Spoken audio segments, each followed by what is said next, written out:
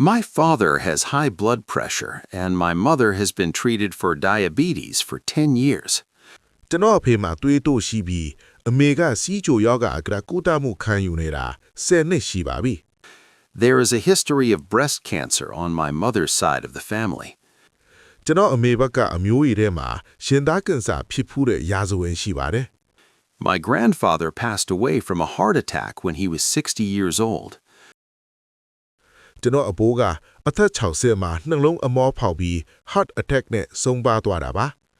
Since my brother has severe asthma, I want to know if I'm also at risk. ကျွန်တော်အကိုမှာပြင်းထန်တဲ့ပန်းနာရင်ကျက်ယောဂရှိတဲ့အတွက်ကျွန်တော်မှလည်းဖြစ်နိုင်ခြေရှိမရှိသိချင်ပါတယ် Does my family history increase my chances of developing this disease later in life? ကျွန်တော်မိသားစုရဲ့ယောဂရာဇဝင်ကြောင့်နောက်ပိုင်းကျရင်ဒီယောဂဖြစ်နိုင်ခြေပိုများစေသလား